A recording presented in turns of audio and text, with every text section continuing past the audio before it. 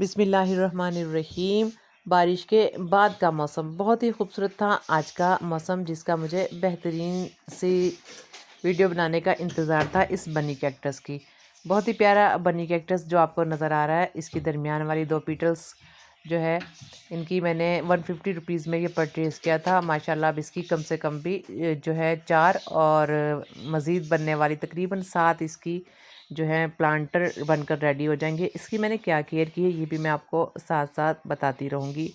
जब मैंने ये लिया था प्लांट, तो इस वक्त इसके अंदर सिर्फ 3 जो थी पीटल्स थी। एक ये, और एक पीटल इससे ऊपर वाली ये, और इससे ऊपर एक और पीटल थी। वो 3 पीटल थी। जो सबसे ऊपर वाली सबसे छोटी पीटल थी उसको मैंने सेपरेट कर कर टेढ़ा मेढ़ा सा ये मुझे मिला था। ये वाला सेपरेट करके तीसरे वाली पीटल को मैंने एक और प्लांटर में लगा दिया था। तो इसके ऊपर भी मज़ीद 2 प्यारी सी पीटल्स जो हैं वो निकल गई हैं। जब मैंने इस सबसे टॉप वाली पीटल को सेपरेट करके सेंटर में करके लगाया था, क्योंकि मुझे तो थोड़ा था कि सेंटर में नहीं लगा हुआ, जस्ट ऐसे रखा हुआ है, तो बहरहाल इसके अंदर प्लांटेशन जो है बेहतर ही थी, मज़ीद बन गई है। और इसका मतलब है रूट भी इसकी डेवलप हो ही गई है ना। बहुत कमज़ोर सी कंडीशन में मुझे ये मिला था, बिल्कुल हेल्दी नहीं लग रहा था। बहरहाल ये है कि केयर इसको मेरे घर में सेट हुई है। अब ये 3 जब टॉप की मैंने लेयर ली तो ये 3 पीटल्स मज़ीद निकली हैं इसके अंदर, ये दोनों और सबसे टॉप वाली। और ये आपको इसकी जो कलर से भी अंदाज़ा हो रहा होगा कि ये नई पीटल हैं और फ्रेश लग रही हैं। इनका जो लुक है वो भी थोड़ा हेल्दी और ग्रीन ग्रीन लग रहा है इन तीनों पीटल्स का। जो दरमियान वाली हैं हम उनको मदर पीटल्स कह सकते हैं। अब मैं इनसे मज़ीद प्लांटेशन करूँगी। मेरा दिल था फ़ौरन ही कर दूँ, फिर मैंने पोस्टपोन किया इरादा। मेरा बहुत जल्दी दिल करता है कि प्लांटेशन एक्सटेंड करूँ ना, कटिंग लगा दूँ। अच्छा, ये स्पेशल तरीका है, इसको जो है आप इस कटिंग में कर सकती थी कैंची से। जैसे अक्सर गार्डनर मुझे कहते हैं कि आप कैंची फटाफट चलाती हैं, तो इस सूरत में बनी कैक्टस की सूरत में जिस तरीके से मैंने सेपरेट किया करना ज़रूरी है बनिस्बत कैंची के। ये देखें, थोड़ा सा इसको जो है ऐसे राइट लेफ़्ट करेंगे और हल्की सी कोशिश करेंगे कि इसको रोटेट करें। पहले राइट लेफ़्ट करें।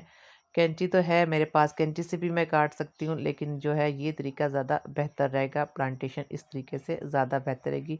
हल्का सा बस अब मैं इसको रोटेट करूँगी। ये देखिए तकरीबन मैंने फुल एक बार घुमा दिया।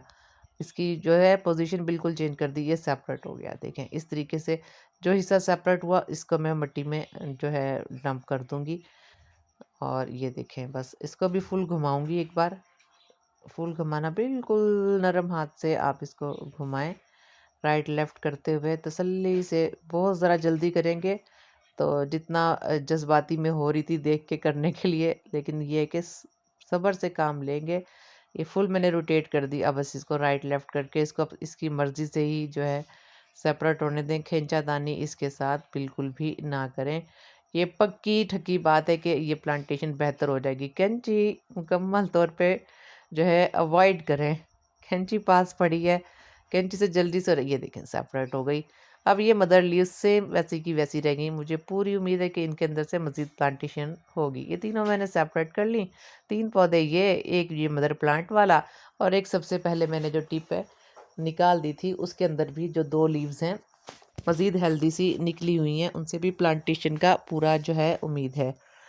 ये देखें, ये सेंटर में भी नहीं लगाया है नर्सरी से जब मैंने लिया है, लेकिन फिर भी देखें नर्सरी वालों के हाथ में जादू होता है। और ऐसे ही बस नहीफ सी थी ये प्लांटेशन इसकी हुई हुई थी, बस लग नहीं रहा था कि चलेगा।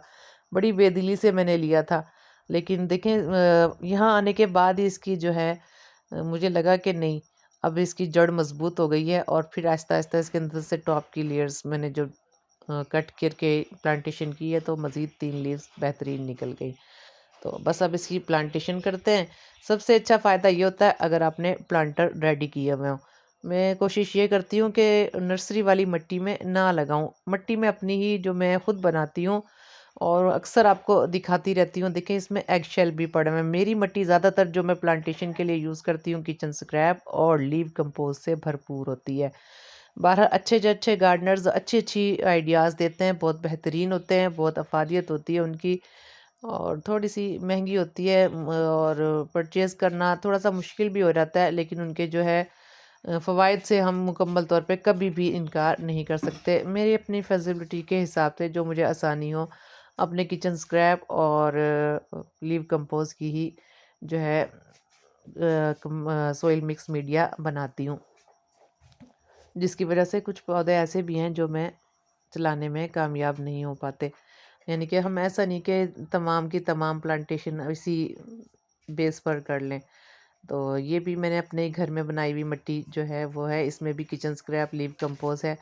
बहरहाल जो बन जाती हैं, जो प्लांटेशन पॉसिबल होती है वो मैं कर लेती हूँ। बनी कैक्टस के लिए ये मीडिया भी बहुत बेहतरीन रहा है। तो अच्छी सी प्लांटेशन मेरी चल गई है, रिज़ल्ट भी आपके सामने ही है। जो मैंने सबसे पहले वाला दिखाया मैं दोबारा भी दिखा दूँगी। ये मेरे घर का सोइल मीडिया और जो है कि नर्सरी से आने वाली मिट्टी भी मैं एक प्लांटर आपको दिखाऊँगी कि वो कैसी होती है। बस सेम इसी तरीके से एक और प्लांटेशन भी जो है दूसरी लीव भी मैं लगा दूँगी। और जैसे पहले वाली लीव लगाई थी जो सब मदर प्लांट से लगाई थी, उसके अंदर भी मुकम्मल तौर पे रूटिंग हो गई है। उसके अंदर से निकलने वाली मज़ीद जो टिप पर दो छोटी छोटी पीटल्स हैं बनी कैक्टस की, वो इस बात का यकीन है कि इसकी रूटिंग हो गई है। अच्छा, ये है वो प्लांटर, ये देखें किस कदर सख्त है। ये जो लिया हुआ है नर्सरी से आया हुआ प्लांटर है, इसकी मिट्टी अच्छी खासी शदीद बारिश में रहने के बावजूद भी अभी तक सख्त है। ये बस सिर्फ टॉप की लेयर थोड़ी स्लिप हुई है, लेकिन मुकम्मल तौर पे अभी भी ये बेस से अच्छी खासी ड्राई होगी।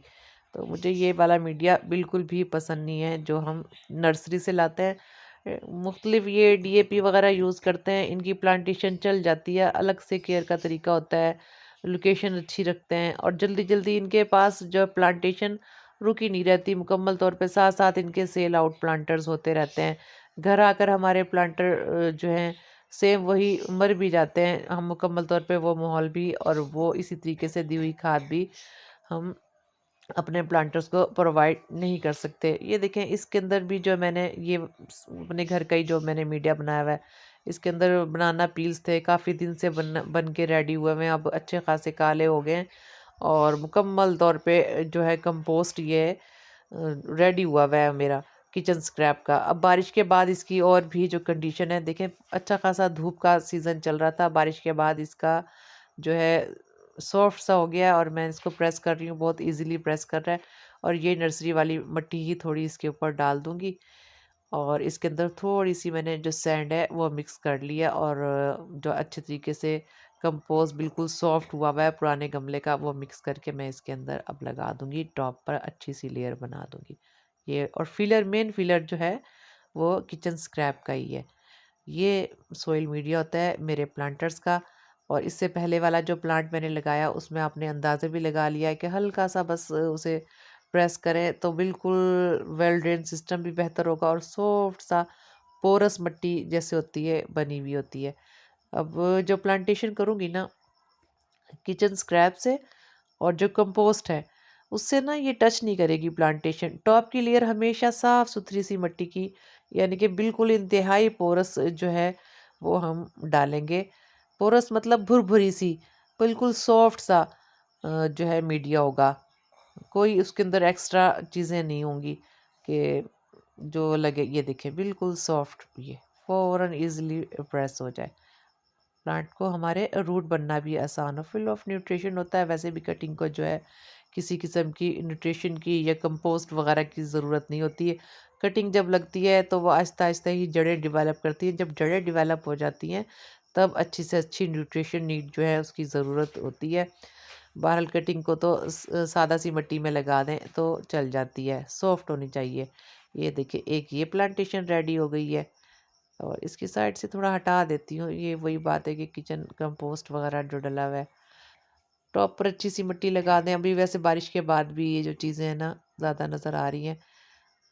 जो है सोइल मीडिया थोड़ा रफ टफ लग रहा है, बहरहाल प्लांट्स के लिए बेहतर ही रहता है। ये प्लांटेशन हो जाती है जब आप अपने प्लांट को थॉरोली नीट कर रहे हो, केयर दे रहे हो, तमाम प्लांट्स की गुड़ाई वगैरह कर रहे हो, तब इनके टॉप पर अच्छी सी बारीक सी जो है सॉफ्ट मिट्टी लगा दें और एक ये प्लांटेशन होगी। अब देखते हैं कि टोटल कितनी प्लांटेशन जो है एक प्लांट से, ये मदर प्लांट है, कितने प्लांट हमारे बनकर रेडी हो गए हैं।